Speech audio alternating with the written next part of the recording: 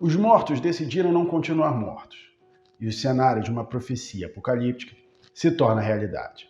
O mundo como conhecemos deixou de existir.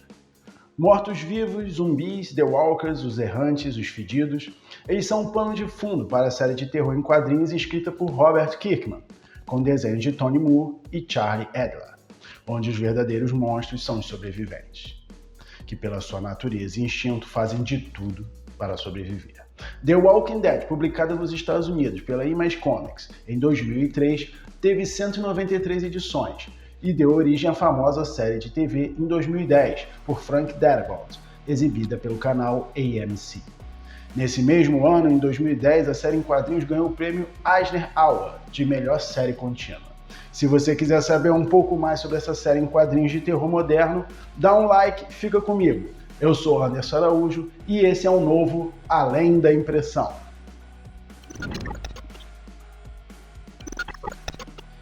Inspirados em A Noite dos Mortos-Vivos, de George A. Romero, filme clássico de terror, independente, de 1968, em preto e branco, onde os mortos misteriosamente voltam à vida e algumas pessoas lutam à noite para sobreviverem presos em uma casa no meio do mato. O filme faz críticas à sociedade da década e os quadrinhos de Robert Kirkman não ficam atrás. É uma série inicialmente pessimista e com temas atuais, se pensarmos que, tirando os mortos-vivos, não estamos muito distantes dessa distopia. A série não explica o motivo pelo qual os mortos voltam à vida, mas levando em consideração que qualquer um que morreu pode voltar como um zumbi, a probabilidade é de um vírus. E de vírus causando pandemia, não estamos muito distantes. A história foca num grupo de sobreviventes que são liderados pelo xerife de uma cidade rural chamado Rick Grimes, que faz de tudo para proteger seu grupo de sobreviventes e principalmente sua mulher Lori e seu filho Cal. Rick Grimes não é bem um herói, está bem longe disso, pelo menos no início, apesar da postura de homem da lei. Ele também não escolhe ser líder do grupo, na verdade ele só quer sobreviver num mundo onde todas as regras estabelecidas não existem mais. Um personagem de atitude e autoridade, que as pessoas se apoiam e criam uma dependência de orientação, jogando um enorme peso sobre seus ombros. Toda essa situação de fim do mundo, a busca por abrigo, comida e proteção contra os mortos, vão levando todos os personagens ao limite, inclusive Rick Grimes. Uma das questões críticas bem colocadas na série é quando ele dá para seu filho, que ainda é uma criança, uma arma para se proteger dos mortos, sem pensar em possíveis consequências drásticas. Rick decide que todos têm que se armar e aprender a atirar para se livrar dos mortos. Essa crítica à cultura das armas de fogo nos Estados Unidos, país que, de acordo com pesquisas, é o único no mundo onde as armas em posse de civis superam o número de pessoas, fica clara quando Cal, o filho de Rick, mata uma pessoa do grupo de forma descontrolada. A justificativa é de que foi para a segurança do pai. E tudo bem, meu filho, mas quando um caçador, buscando comida na floresta, atinge Cal com uma bala perdida, Rick, transtornado, quase mata o caçador. E a arma na mão do outro se torna uma tremenda irresponsabilidade. Aos poucos vamos percebendo um Rick que só está preocupado em proteger a sua família, o que gera vários conflitos no grupo que vão crescendo conforme as pessoas vão se deslocando em busca de proteção. Existe desconfiança, tragédia por perda de entes queridos e a desilusão ao perceber que nenhum lugar é seguro, pois os mortos estão em toda parte. Os personagens surtam, e nesse surto o Rick explica o título da série.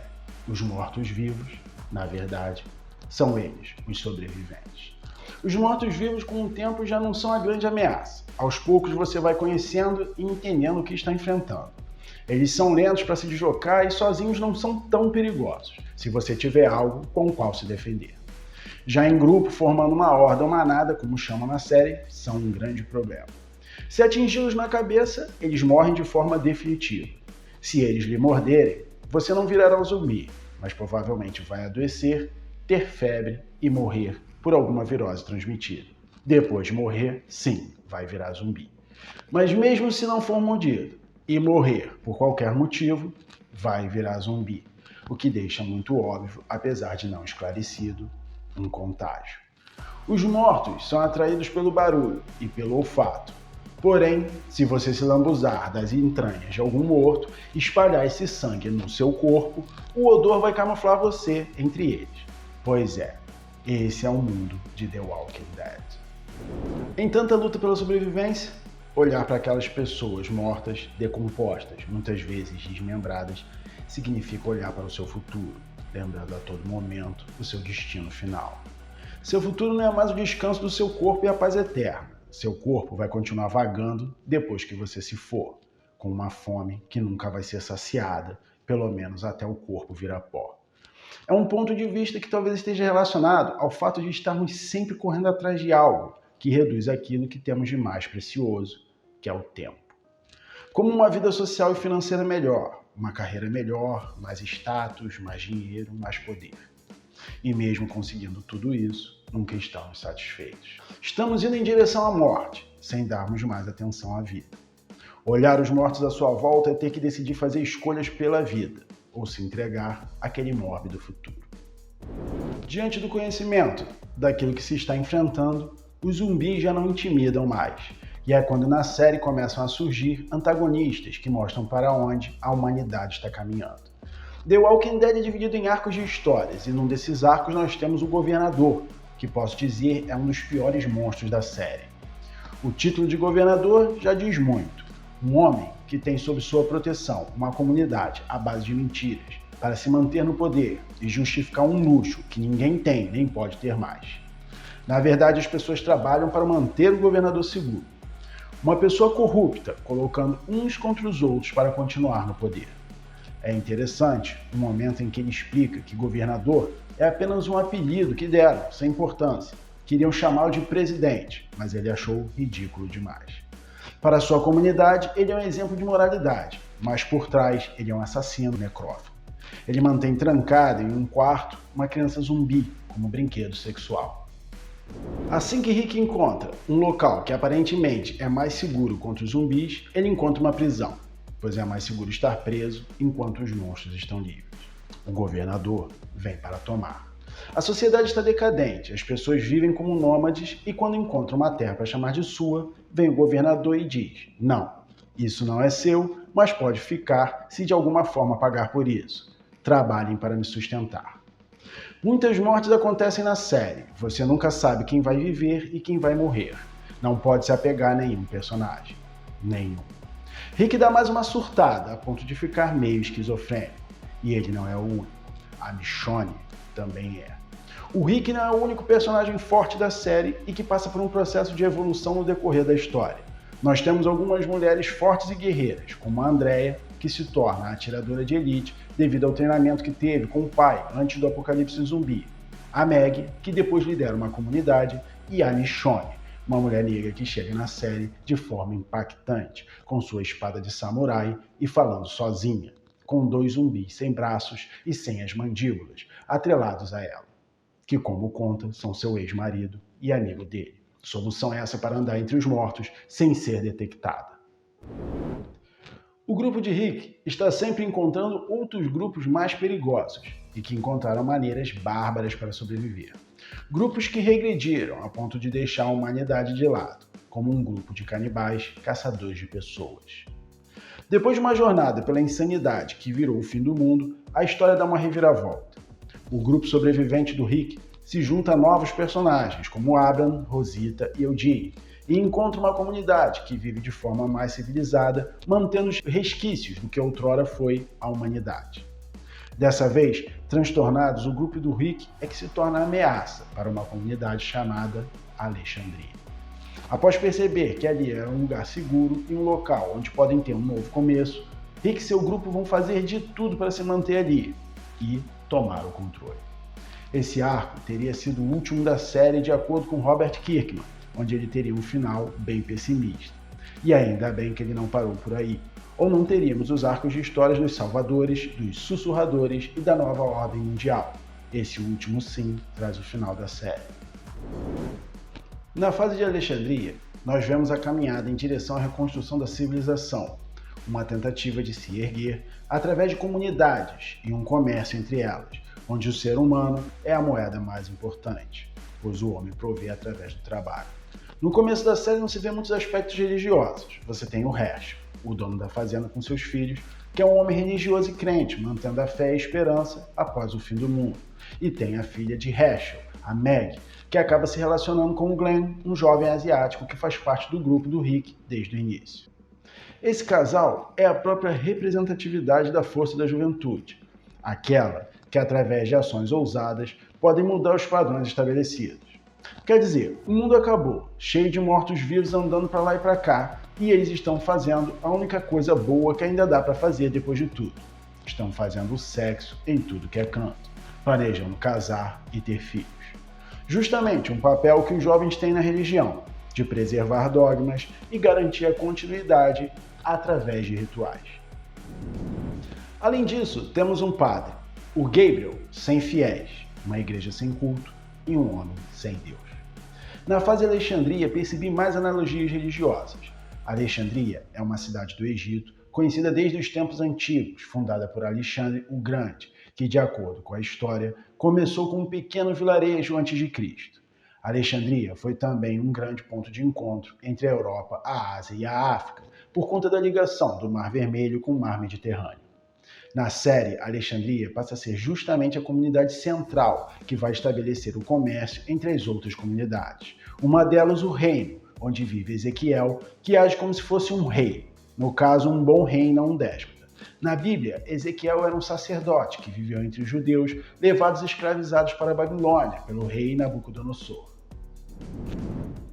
Ezequiel tinha visões e se tornou um profeta. Visões de seres viventes com rostos de homem, leão, boi e águia, que, de acordo com alguns estudiosos, representam inteligência, poder, serviço e agilidade. Além da visão de uma grande batalha que precedia a segunda vinda de Cristo e de um templo que seria reconstruído em Jerusalém nos últimos dias. Visão de morte, desespero e sentimento de derrota. É quando Deus convoca Ezequiel a profetizar aos que estão mortos há muito tempo. Lendo a série em quadrinhos, você percebe toda essa analogia presente. Nos quadrinhos, Ezequiel tem um tigre de estimação. O tigre simboliza o poder, a força, a coragem e a independência para enfrentar as ameaças que se seguem para conquistar a liberdade. Lembrando que Tigre também é um rio que, junto com o rio Eufrates, formou a Mesopotâmia, onde nasceram algumas das primeiras civilizações da humanidade. A outra comunidade que faz parceria com o reino de Ezequiel na série é Hilltop, que significa o alto do morro, e que tem como um de seus habitantes e aliado um homem que sai em peregrinação em busca de pessoas de bem para ajudar no crescimento das comunidades. Esse homem, além de ter cabelo comprido e barba, atende pelo apelido de Jesus. Tem um momento muito bom, que é onde Jesus convence Rick, mostrando que, querendo ou não, as pessoas precisam dele como líder na luta contra os salvadores. Os salvadores são a milícia, os opressores que, em troca de proteção, extorquem tudo que podem para sua comunidade, o santuário. O líder deles é Negan, com seu taco de beisebol enrolado em arame farpado chamado Lucy, intimida as comunidades através da violência e do medo. Negan é o adversário que não está preocupado em melhorar sua comunidade, e sim em se manter no poder através da exploração dos seres humanos. Negan praticamente possui um exército do qual Rick não tem chance nenhuma de se opor com seu grupo. Negan é o outro lado da moeda, que vai como líder onde Rick havia posto limites. Rick cedia Hilltop e o reino contra o santuário, e a história se repete, mostrando que para uma civilização poder se erguer, sempre vai haver uma guerra. No meio disso tudo, ainda tem os mortos-vivos. E o Negan é um personagem muito importante na série. É o vilão que todo mundo ama odiar. É o grande filho da mãe, que você torce para se ferrar, mas que torna a série muito mais temperada. É onde o caldo engrossa. A evolução e o desfecho desse personagem na série é muito bom. Nesse ponto da série, todos os personagens já evoluíram e mudaram bastante. A série é muito mais complexa do que cito aqui. Tem muitos personagens, com muitas camadas de temas para serem discutidos, além de Rick, Cal, Michonne ou Negan. Você não vê só a luta pela sobrevivência, você vê a luta para viver. São as escolhas que a vida dá e você tem que decidir.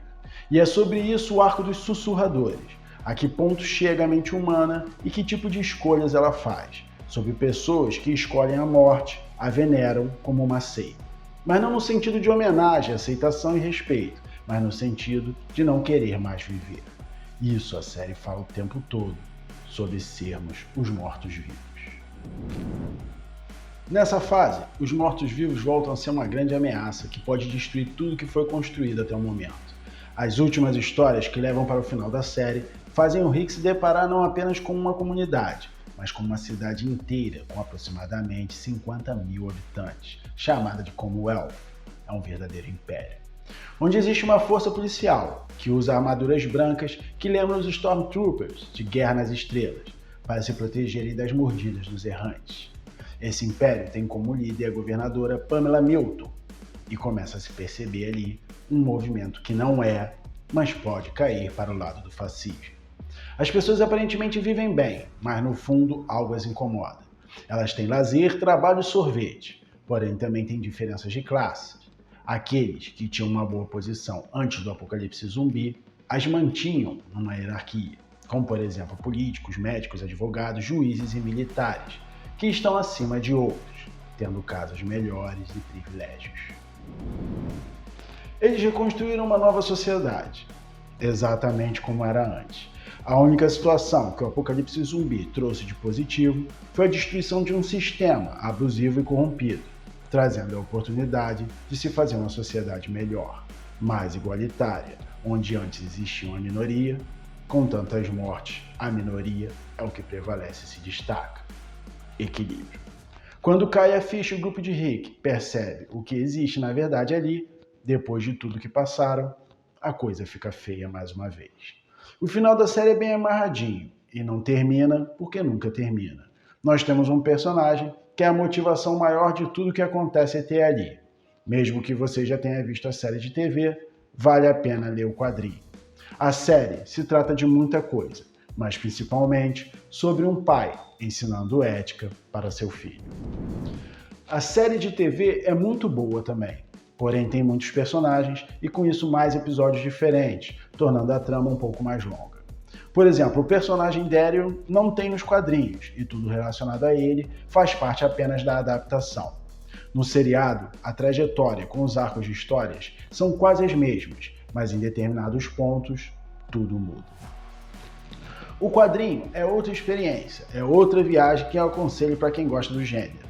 The Walking Dead foi lançado em 2003, publicado pela Image Comics, com arte de Tony Moore nas 6 primeiras edições, e Cliff Hatburn sombreando a arte após a edição 5. A série é toda em preto e branco, e Charlie Adlard assumiu o cargo de artista na edição 7. Tony Moore fez a arte de capa para as primeiras 24 edições. O restante foi feito por Adlard. No Brasil, a série saiu em 2006 pela editora HQM, em edições encadernadas com o título Os Mortos-Vivos. Depois passou a sair também mensalmente como The Walking Dead. Em 2017, a editora Panini Comics adquiriu os direitos e publicou os encadernados, de onde a HQM parou. Essa série, só os quadrinhos, tem muito assunto, tem muita coisa que pode se falar, mas aí seriam spoilers. Leiam a série e comentem aqui. Você já leu? Fala aí nos comentários se gostou e o que não gostou. Se você gostou do vídeo, curta e compartilhe. Se inscreva no canal e aperte o sininho para receber mais notificações de vídeos. Eu vou ficar por aqui, um forte abraço e até o próximo Além da Impressão.